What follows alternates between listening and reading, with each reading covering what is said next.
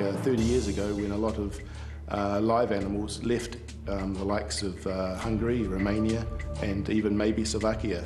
They took some very good stags to New Zealand to help with their genetics.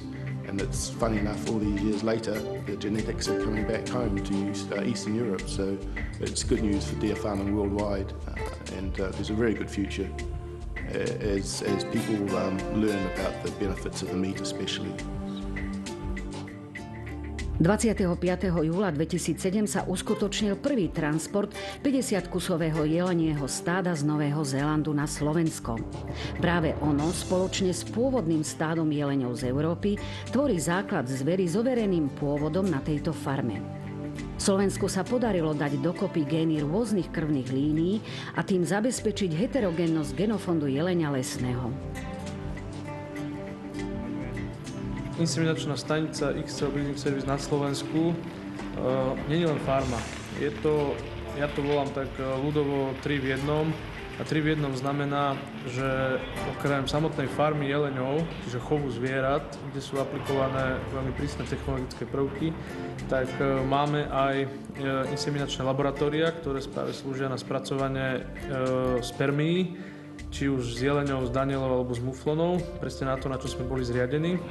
A tretia súčasť našej inseminačnej stanice je genetické laboratórium, kde vlastne spracovávame srst, spracovávame krv, spracovávame akýkoľvek biologický materiál, z ktorého extrahujeme DNA. I think that's very obvious because Slovakia might be the second last country to enter FEDFA, but they are the first country that has taken up this form of very scientific controlled breeding and genetic studies. So they are the first country in Europe to do this. Naším cieľom je byť matkou pre všetkých farmárov v Európskej únii. My chceme, a preto sme túto konferenciu vlastne spolu sponzorovali, chceme prispieť k tomu, aby sa všetci farmári v celej únii dozvedeli o tom, že chceme byť pre nich nielen nejakým obchodným partnerom, ktorý im predá inseminačnú dávku, ale ktorý chceme vychovávať k novým trendom, čiže aj k aplikácii biotechnologických metód, ako je synchronizácia. Začali sme robiť laparoskopickú insemináciu pri danielkách, muflonkách, čo sú už naozaj najvyššie levely v podstate v biotechnologických metódach vôbec. Na rozdiel od umelej inseminácie jeleníc, ktorú môžeme vykonať fixáciou krčka maternice cez rektum, pri danielkách a muflonkách je nutné využiť laparoskopickú technológiu cez brušnú dutinu a umiestniť inseminačnú dávku priamo do rohu maternice. Well, it's obviously the kind of work that has been presented this morning with the genetic studies and the new modern technical facilities to handle all this question of controlled breeding and embryo transfers. Because that has not been done really in Europe before. It's been done in New Zealand, but not in Europe. In a European perspective, Slovakia is on top technologically seen. It's was man Deutschland Spitzenteknologie. And we don't have that in other parts of Europe yet. So that's why Slovakia is very, very interested, and you can see that in the number of participants on this meeting, which is extremely many people here, compared to what it used to be.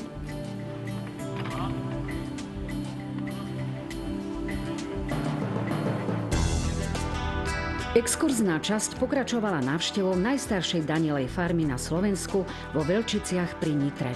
Farma produkuje 25 rokov chovnej daniele pre udržanie a skvalitnenie genofondu nielen na Slovensku, ale aj v okolitých štátoch.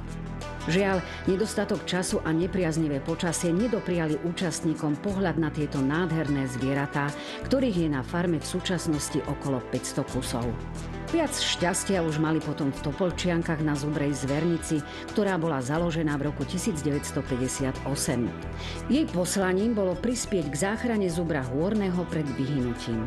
Na záver exkurzie prišli účastníci konferencie do srdca Slovenska na Liptov, kde navštívili zvernicu Palies Lesky, ktorá je ukážkou extenzívneho spôsobu starostlivosti o jeleniu zver.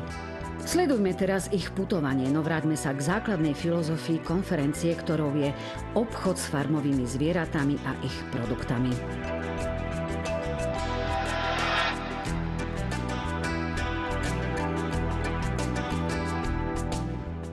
I think that we have marketing techniques and markets available that might help farmers here and in other parts of Central Europe to sell their product. There are large volumes of venison now being produced in Poland, as well as in Czechia and Slovakia, and I think it's possible that we could start to help sell that meat. But at the moment, probably the best market is in Germany still. In Germany we have about 30 years deer farming, and the deer farming in Germany is a little bit other way than in UK. We make extensive deer farming. That means we look for lands and for farms who have much land for the deers, and so we sell the product, and also we sell the welfare for the deers. So the consumer came to our deer farmers, and they can see how deer live, and they pay normally a little bit higher price than for imported venison, who are not informed how it was produced. And therefore for us it's more important to look after quality, and quality is quality in the venison. Quality is also quality in the welfare and enough place for the deers. And what we now need in England are more deer farmers. We are desperately trying to get more people to farm deer because it is very profitable now. The price we are getting for our venison has gone up over the last few years, and now it is a profitable enterprise. In Germany we have a very good consumption of venison, and we are also very interesting for importing countries. And our deer farmers have no problem with imports, because we have only 5% of our production of our consumption came from deer farming. The other 95% came from hunting or from imports. And so we can invite the Slovakia deer farmers also to import if they want to Germany. Our deer farmers in Germany, they sell directly to the consumer.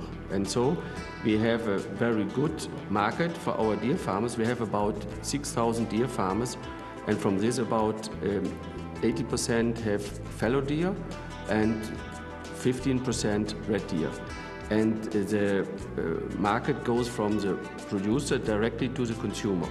And so for example, for a supermarket, we can invite Slovakia or other countries to bring the venison over supermarket to the German consumer. That wouldn't be no problem for us, because the German deer farmers are not looking for make industry deer production. For German deer farmers, it's enough that we have a good market over producer direct to the consumer. I think where we could cooperate is if you have surplus supplies of venison here, we would be looking to import it into England or the UK. I think so. If you could go into production here and have a quality assurance standard that is equivalent to the quality assurance standard that we have in the UK, then we could import venison from you and sell it through our system into our supermarkets, because we have not got enough venison to supply our customers. We're desperate for more venison. We would like ideally to have more deer farms in the UK, but until we can encourage more farmers to go in for rearing deer, we need to import. We import from New Zealand now anyway, but we would like to import from Slovakia. So there's a great export potential for you if you have surplus to your own requirements here. But it has to be farmed here, and it has to be produced to the same quality assurance standards as the UK venison. We see that we have a global market, we have a liberal market. That was our German philosophy, to produce extensive, but we wouldn't say anything against to other ideas. I think what I said now was about the 90% of our deer farmers. It can also be that in Germany we have also deer farmers who are looking for a better situation for increasing that the weight will increase better, that they are looking also for semen, to buy semen. That can be.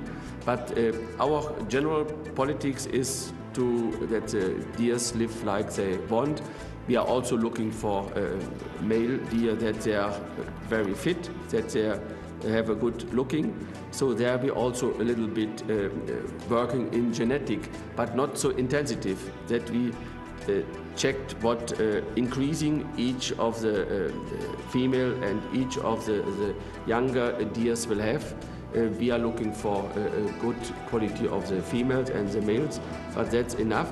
And other countries who make the deer farming like industry farming and who are looking for Germany to sell their deer, they can do it, because we have no problem. And when we should help Slovakia to import Germany, you can come into contact, we can help you. We are one European country, and I think it was very important that we work together, that we will also an active European country. Slovensko má potenciál nielen naplniť svoj spotrebný trh produkciou zveriny z fariem, ale ju aj exportovať za hranice. Ako nový člen FETFA svojim odborným a flexibilným prístupom môže pomáhať európskym farmárom udržiavať konkurencieschopnosť s ostatným zvyškom sveta. Aplikáciou moderných biotechnologických prvkov zvyšuje Slovensko svoj potenciál v produkcii bezpečnej a zdravej výživy. Zveriny z farmových chovov, ktorú môžeme smelo označiť za biostravu. Jeleň je alternatívou pre ľudí, jeleň je alternatívou pre zdravý vývoj našich detí. Jeleň je mäso. Je alternatívou v podstate pri rôznych ochoreniach na cholesterol, čo je problém 70% populácie aj na Slovensku. A jeleň je alternatívou aj v podstate pre biznis. No biznis môže byť alternatívou v prípade farmového chovu, len keď bude plne rešpektovať zákonitosti prírody a bude sa riadiť najnovšími poznatkami vedy a výskumu.